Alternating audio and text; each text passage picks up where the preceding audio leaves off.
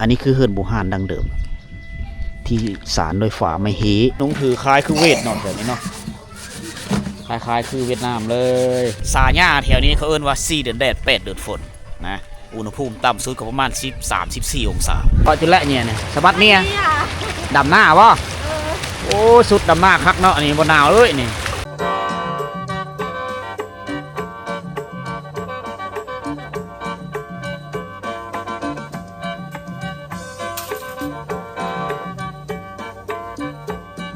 ทักทายสบายดีพ่อแม่พี่น้องสบายดีย่ำเสาๆเด้อมื้อนี้คอยอยู่ที่บ้านมะนาย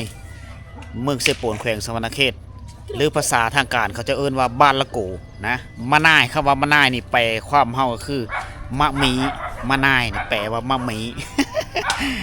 เอาในมือก่อนและบ้านนี่สร้างตั้งอยู่นี่มีแต่กกมะมีเท่านั้นได้เป็นบ้านเก่าบ้านแก่บางดังเดิมทุกคนเลยห่างจากเทศบาลเมืองประมาณ65-66 กิโลเมตรหอดหมู่บ้านนี้เป็นบ้านใหญ่เลยมี2 ฟ้าห้วยตั้งอยู่นะมีแม่น้ำห้วยตึงไหลผ่านกลางหมู่บ้านทุกคนก็เป็นหมู่บ้านของชนเผ่าตรีเสือถือผีนะมีวัดว่ารามทุกคนเลยบ้านมะนายหรือบ้านละโกนี้เป็นบ้านที่ค่อยมาซิดสอนนะก็ใช้เวลาอยู่นี่10 ปลายปีทุกคนเลยนะก็เป็นจุดเริ่มต้นชีวิตคู่ของค่อยเองนะหลังจากเรียนจบมัธยมตอนต้นตอนปลายแล้วก็เริ่มเข้าไปศึกษาเรียนรู้วิชาชีพอยู่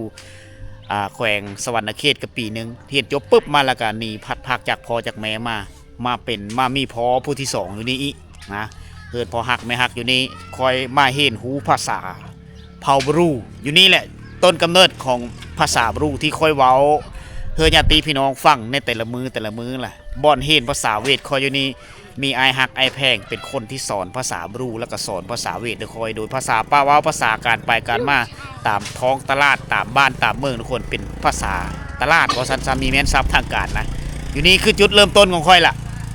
มาเป็นครูอยู่นี่มาเป็นผออยู่นี่คันเริ่มต้นเลยนะอันนี้คือบ้านมะนายเมืองเสปนแขวงสวรรณเขตคอยมาตะเก้านาเฮิรนอันนี้มีท่านเกิดดอกแถวนี้จะเป็นเฮิรนบูฮานเฮิรนที่ฝ่าไม่เขาเจ้าซับเอาฟ้าไม่พุ่งไม่พางมาเฮ็ดเป็นฟ้าเฮิรนนั่นแหละมถึงโรงเรียนคอยสอนตะเก้าจะเป็นตั้งอยู่พี่ละทิศตะวันตกนี่จะติดจอดกับเขตบ้านปะยุยนะทิศตะวันออกทิศเหนือนี่ติดกับพุละเขตผู้ช่างเหาะกล้วยเขาเอิญอันนี้คือเฮิรนพอฮักไปเด้อนี่เฮิรนพอบุที่2ก็อยู่นี่แหละเมื่อคืนมานอนในละมากับบ่าววงพอตะแอะบรรยากาศยามหนาววันนี้ลูกหลานเฮาหนาวนี่ปุลุยไปลอยนี่ ถ้าว่าเอาขนมมาแจกนี่ประมาณ2 ก็ชอบเล็กน้อยหลายอยู่บ้านนี่เฮิดอายเฮิดน้องอยู่นี่แหละบรรยากาศยามเช้าถ้าว่าเฮาบางเดินบางมื้อฝนจะตกฝนจะฝอยมาจากเวียดนามอยู่นี่ทิศตะวันติดกระจอดกับสายแดดเวียดนามเดินห่างไปนี่ประมาณ5-6 กิโลเมตรเท่านั้นก็ฮอดเขตแดนแล้วฮอดหลักหมายได้ตะวันออกทางนี้เด้ออันนี้คือทิศตะวันออกติดกับภูผาติดกับเวียดนามทิศเหนือติดกับบ้านอาเวียนบรรยากาศยามเช้านี้คอยสิพาทุกคนไปสัมผัสกับวิถีชีวิตของชนเผ่าตรีเฮาอีกทีนึงอยู่ที่หมู่บ้านนี่แหละนี่อันนี้คือแม่ผู้ที่2ค่อยเว้าภาษาลาวไม่ได้หลายไปเลยเว้าได้แต่ภาษาบรูลูกไผ่เราหลายได้ลูกไผ่ละ4-5 คนแต่ละมือนี่บัญชาลูกหลานเนี่ยนี่เลี้ยงหลานลูกชายแล้วกับลูกไผ่เราก็ไปโซนไปดำหน้าช่วงฤดูกาลนี้อันนั้นก็จะเป็นหลังนั้นก็จะเป็นเฮือลูกชายล่าเรากับลูกไผ่เราอยู่หันแหละลูกไผ่แล้วก็แต่งมาตะเวียดนามเหมือนลูกไผ่เราพี่น้องเผ่าบรูเบื้องเวียดนามนี่มาแต่งงานแล้วก็เมื่อเฮิรนผูเมื่อเฮิรนสามีอยู่บ้านนี่หลายได้พี่น้อง2 ชาติลาวเวียดนามนี่ย่ำเสามันเต็มที่นี่ได้อ่างน้ำอันนี้แหละอ่างน้ำริมตัวนี้สร้างขึ้นมาในปี2005โดยโครงการออกซฟาร์มโครงการเล่าต่างประเทศขนำสายอยู่นี่แหละบ้านในเขาสามัคคีกันดีเขาปกปักรักษาระบบน้ำได้ดีนะอยู่ผู้ต้นน้ำเขาจะเอาไปตัดไม้ทำลายป่าฉะนั้นน้ำก็เลยไม่ได้แห้งไหลตลอดอันนี้แหละนั่นแหละไปนั่นเนี่ยน่าจะบ้องมาเจอบ้านนะบ้านโอนกระมันนะเย็ดเนี่ยกระมันละ แต่เบิ้นโอนกับมันยัด ก็มันแล้วก็กลาง อ๋อลูกชายเป็นพ่อหางเออ กลางตันอ่ะ เต็มให้เนี้ย บ่ให้เป็นพ่อหางหลายเนาะเดี๋ยวนี้เนาะ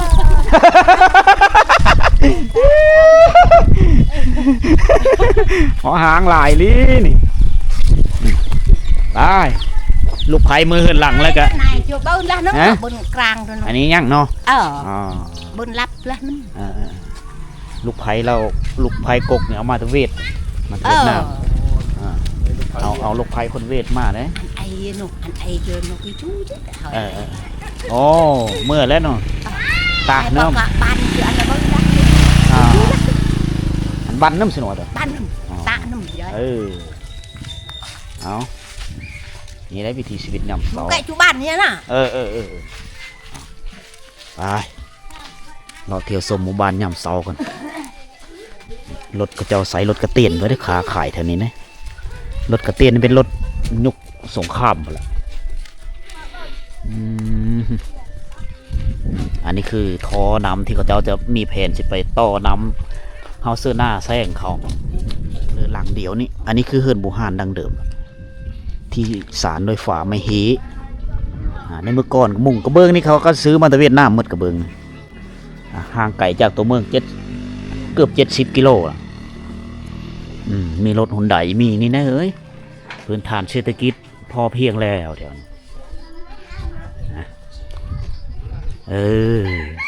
ผู้สาวหลายได้บ้านนี่จะโดยบ่ป๊บนั่นบ้านส่วนแลนต้องลูหลานป๊บกองคอยเบิ้ลแล้วบ้านนี่ช่วยน้ำเอ้ยก็ช่วยน้ำชักเคิร์กบ่นี่บ่ขวดอาบ่เอ้ยตอกกระแนงแล้วมอมจะโดยเลยนี่อดีตนายพรานแต่ก็เป็นนายพรานเลยหายิงนกยิงหนูหายิงไก่ เดี๋ยวนี้ป้าและอาชีพนายพรานเนาะเป็นเทาเป็นคนเทาคนแก่ละ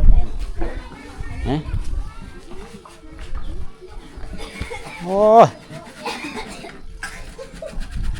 คักนอกระบบน้ำฮอนเทิร์นนี่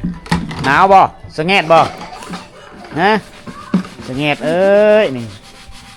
จักลูกผู้ใดหลานผู้ใดนี่มาจื้อแล้วใบเตอะนุ่งถือคล้ายคือเวทเนาะแบบนี้เนาะ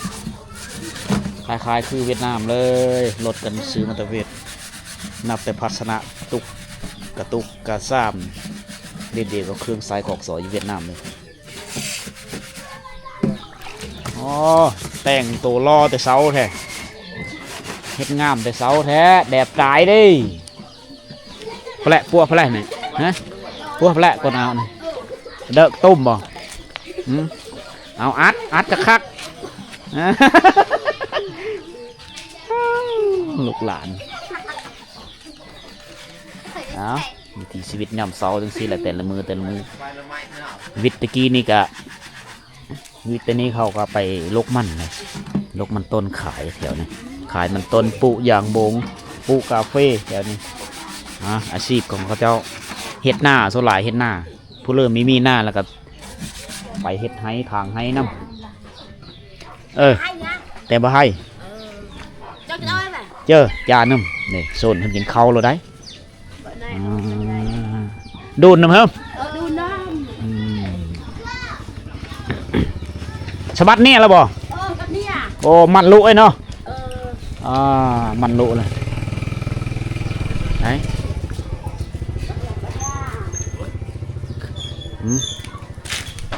บันชวนแล้วพันเลยแล้วพันลิ้นติ๊กต๊อกมาเจอพอตัวจริงย่านนักเฮนเก้าเขาได้นี่ลูกศิษย์ค่อยมดเลยค่อยสอนเมื่อกี้แม่นเลยผู้นี้ดิใหญ่มาเลยเนาะเนี่ยปูดเลยโอ้พอสบัดเนี่ยบ่นี่นางเนาะโอ้ เป็นผู้สาวแล้วเนาะลาเนาะอ๋อจักปีแล้วอายุปีนี้นะสิกมอนำไหน โอ้เรียนมาพี่ดีกว่า Con chăm chỉ bồn bò. มีจินละโป้น14 ปีอ๋อโอ้บ่สะบัดเนี่ยบ่อ๋อ10เบ้ออันสะบัดเนี่ยฮะเอาอายผู้สาวหลายเด้บ้านมานายนี่โอ้ระดับ3สาวปลายคนหรือ30ไปเลยผู้สาวอยู่บ้านนะลูกๆหลานๆสิทธิ์เก่าของพอเบิดแถวนี้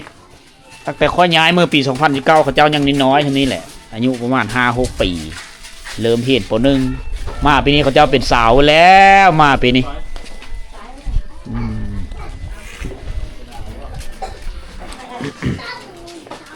บได้มาหึงจนได้รถปูดเลยเนาะ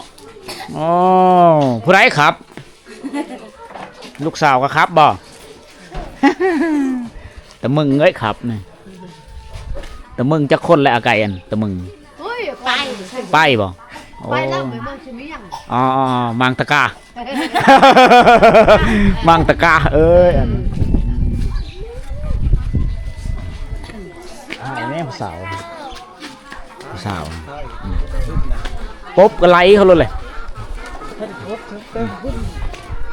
ผู้สาวเขาเจ้าจะอายกองลูกหลานซิดเก้าเขาเองนี่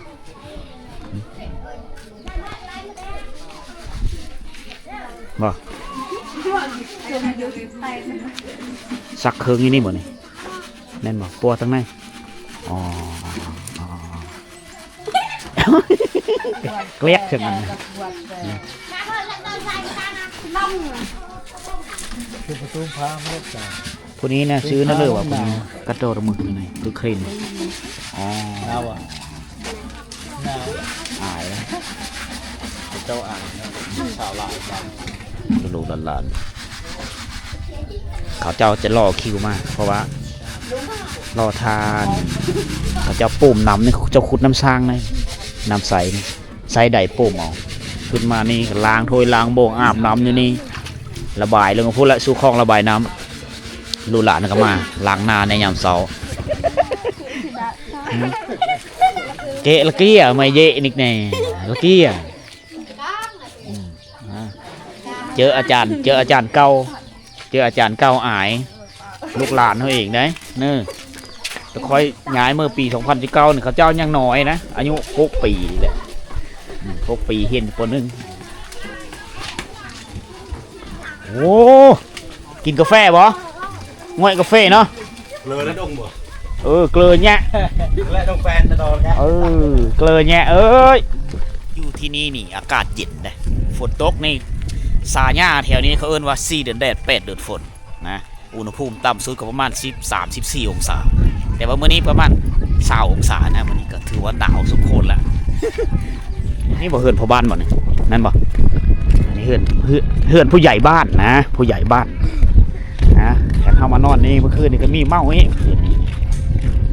เฮือนพ่อบ้านบ่ได้ไปดำหน้าบ่สะบัดน้ำเนี่ยแnhẹเลยโอ้ไวเนาะนะมื้อนี้มาฮู้จักซื้อนั่นใดก็ซื้อย้อยบ่ม่วนบ่น่ะสาวม่วนเนาะนางม่วน เขาจะมาดับช่วยแล้วไว้ หนาวบ่ Nào. หนาวเนาะสะแงดเด้หนาวเวียดนามเขาว่าแรปตามติดวิถีชีวิตลูกหลานเขาเองเด้อมื้อนี้เด้อมีแม่นผู้อื่นผู้ไก่ลูกศิษย์ลูกหาของพ่อเองอันนี้จะเป็นห้วยตึงอันนี้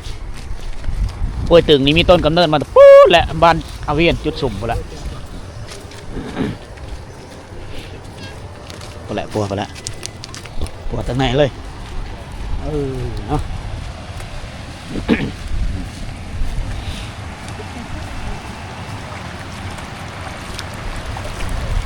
อันนี้คือบรรยากาศยามเช้าๆบรรดาชาวบ้านละโกเขานี่ก็มาล้างนามาตักน้ำมาซักเครื่องซักของอยู่นี่แหละอยู่ที่แม่น้ำห้วยตึงนะอันนี้จะเป็นโขน้ำล้นถ้าว่าช่วงฤดูฝนมานี้น้ำนี่ก็จะไหลแห้งนะการไปการมาก็ค่อนข้างลำบาก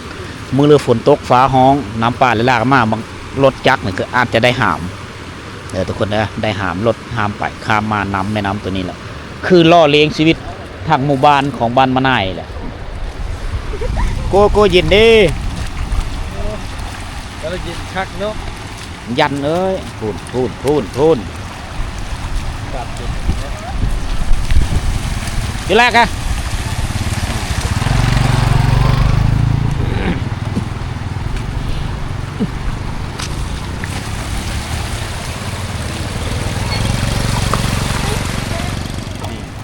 เอาเครื่องเอาของลูกมาซักอยู่นี่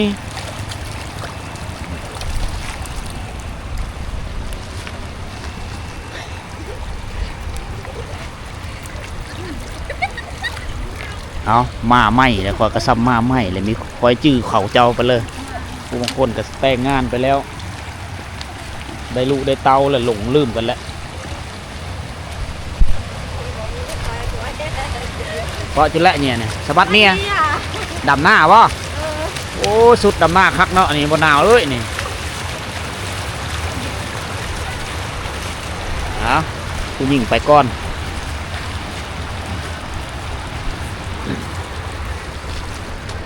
เมื่อนี้นี่คืมฟ้าคืมฝนน่าจะไม่ได้เห็นแสงแดดเดิมมานี่ผู้เสมยคืออุตุนิยมของคนเขตนี้เมื่อเลิกผู้เสมยมีเห็นแหละเมฆเมาะบังผู้เสมยอาจจะมีฝนตกฝนฝอยมาจากเวียดนาม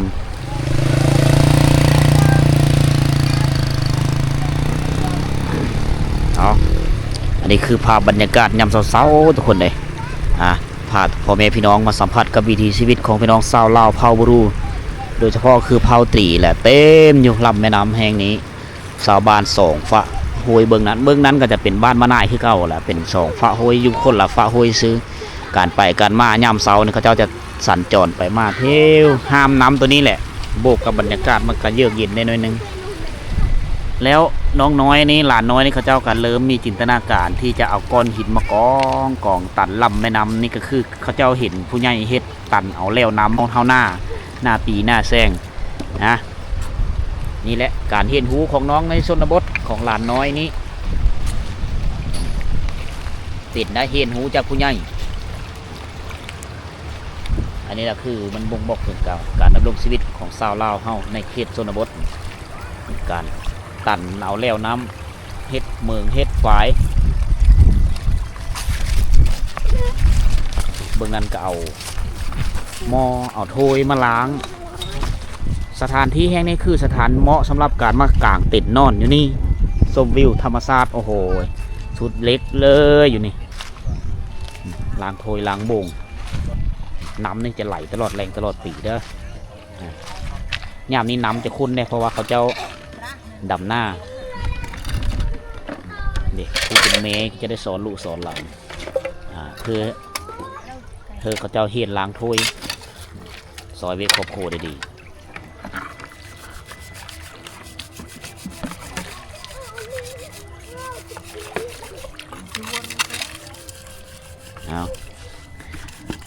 วิธีชนบทที่หาเบิ่งได้ยะทุกคนเลยเมื่อปี2020น้ำท่วมนะในเมื่อก่อนโฮยตัวนี้จะเป็นโฮยที่น้อยๆนะโฮยอันนี้นะตกมาปี2020พายุตกมาลมฟ้าลมฝนมาหลายผู้บรรดาผู้ต่างๆจะเจอลงมาเอาขี้ไม้ขี้เตาะหะไม้หะขมหะฟาดไปเริ่มไหลแล้วมาสู่ลำแม่น้ำเฮ็ดเธอป่าตายปัจจุบันนี้ป่านี่ก็ค่อนข้างมีเยอะหลายไปเลยแล้วนะเนื่องจากว่ามันตายไปในช่วงปี2020น้ำท่วมเซโปนปี2020ทุกคนไปถึงว่าอากาศหนาวชาวบ้านจะไม่ได้คอยลดละในการดำรงชีวิตไปสบัดเนี่ยบ่สบัดเนี่ยบ้านส่วนสบัดเนี่ยยันเลยเนาะสบัดเนี่ยคือดำหน้าไป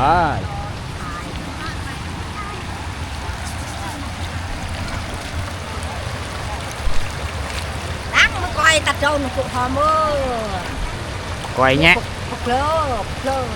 con và đôi ai ปลาเลยอี con và đôi ai Ờ. bao rồi rồi ก่อนปลาเลยอีเนาะ con